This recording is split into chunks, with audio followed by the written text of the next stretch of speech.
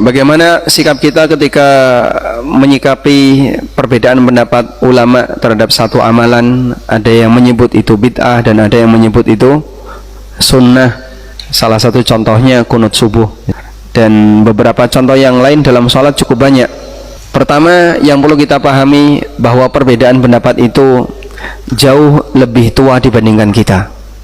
Dia sudah ada sebelum kamu lahir, sehingga kita tidak mungkin bisa menolaknya. Saya nggak mau ada perbedaan pendapat. Kok nggak mau ada perbedaan, gimana sih? Perbedaan itu sudah ada. Kamu mau nggak mau, perbedaan itu ada. Sehingga ketika Anda lahir, perbedaan itu sudah ada, dan itulah posisi ketika Anda belajar. Maka menolak perbedaan itu nggak mungkin. Saya mau satukan perbedaan ini, juga nggak mungkin. Gimana cara Anda menyatukan? Sementara masing-masing orang beristihad dan punya keyakinan terhadap apa yang menjadi hasil istihadnya. Oleh karena itu, sikap yang tepat ketika di situ ada perbedaan yang muktabar itu artinya yang masih diakui dalam lingkaran ahlu sunnah, sikap yang tepat adalah saling menghormati, dalam arti tidak ada ingkarul mungkar, tidak boleh ada pengingkaran, sehingga kita tidak boleh misalnya memberikan vonis kemungkaran kepada orang yang berbeda dengan kita. Tanggung jawab yang kedua, kita diajarkan dalam Al-Quran, fa in tanaza'tum fi syai'in farudduhu ilallahi war rasul in kuntum tu'minuna billahi wal yaumil akhir. Kalau kalian beda pendapat dalam perkara apapun, maka kembalikanlah kepada Allah dan Rasulnya. Artinya kembalikan kepada dalil. Karena perbedaan pendapat itu bukan dalil, tapi perbedaan pendapat butuh dalil untuk menegaskan mana yang sesuai kebenaran. Sehingga tidak ada istilah kalau terjadi perbedaan pendapat bebas milih, itu tidak ada. Kamu bebas milih, mau milih ini silahkan, milih ini silahkan, bebas. Tidak ada seperti itu. Bukan bebas milih, tapi pilihlah yang lebih sesuai kebenaran. Caranya gimana? Semampu Anda. Nah, proses manusia dalam memilih yang sesuai kebenaran ini bertingkat, sehingga mungkin bisa kita bagi jadi tiga ya. Yang bisa beristihad, yang bisa menilai ijtihad, mempertimbangkan hasil ijtihad. Yang ketiga, dia nggak bisa apa-apa, hanya bisa ngikutin saja. Kalau yang bisa beristihad, itu seperti dia bisa mengambil dari bahan baku, dalilnya seperti ini, bahan bakunya ini, terus dia bisa memproses sendiri. Maka berdasarkan dalil-dalil yang ada, saya berkesimpulan seperti ini. Itu bisa beristihad sendiri.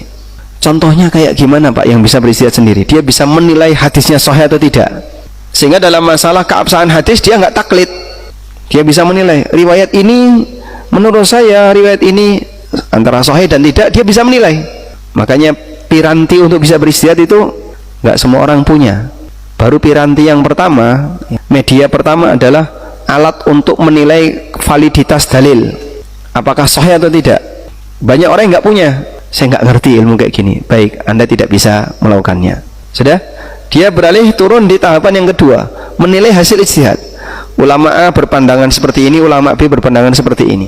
Kalau saya perhatikan, saya baca pertimbangan ulama A, saya baca pertimbangan ulama B, nampaknya saya lebih condong kepada pertimbangan ulama B. Silahkan. Sehingga orang yang kedua ini, dia tidak keluar dari medan hasil ijtihad. Maka orang yang kedua ini, dia tidak meninggalkan semua ulama dengan membuat pendapat yang baru, tapi beralih dari ijtihad ulama satu ke ijtihad ulama dua. Dia beralih dari hasil ijtihad ulama satu ke hasil ijtihad ulama. Orang jenis yang kedua ini para talibul ilmi, mahasiswa doktor di UIM ya, mahasiswa doktor-doktor di Riyadh, di Mekah dan seterusnya. Itu levelnya 2. Yang ketiga, yang nggak bisa menilai hasil ijtihad saja, saya nggak bisa. Wah, bingung aku ini. Moco penjelasan ini bingung, moco iki ya bingung. Nah, terus pripun? Lah katanya saya disuruh milih yang benar. Terus gimana? Saya suruh membaca pertimbangan mereka, saya nggak sanggup. Ya sudah. Menurut Bapak, kira-kira Bapak lebih mantap yang mana? Saya lebih mantap kalau ikut Ustadz A, lebih mantap kalau ikut Ustadz B. Jadi dia nggak bisa ngikuti yang atas, tapi dia bisa ngikuti ulama bawahnya. Maka dia hanya bisa ngikuti fatwa dari Ustadz A, bisa ngikuti fatwa dari Ustadz B. Inilah orang awam. Ada jenis yang keempat, ranggubris. Ini yang paling parah ya. Ya sehingga kunut ya karepmu aku ora salat. Kalau yang kayak gini salah. Okay. Oleh karena itu sepanjang kita masih di 3 tingkatan tadi, alhamdulillah masih selamat. Berarti posisi Anda masih dalam posisi ngikuti ulama.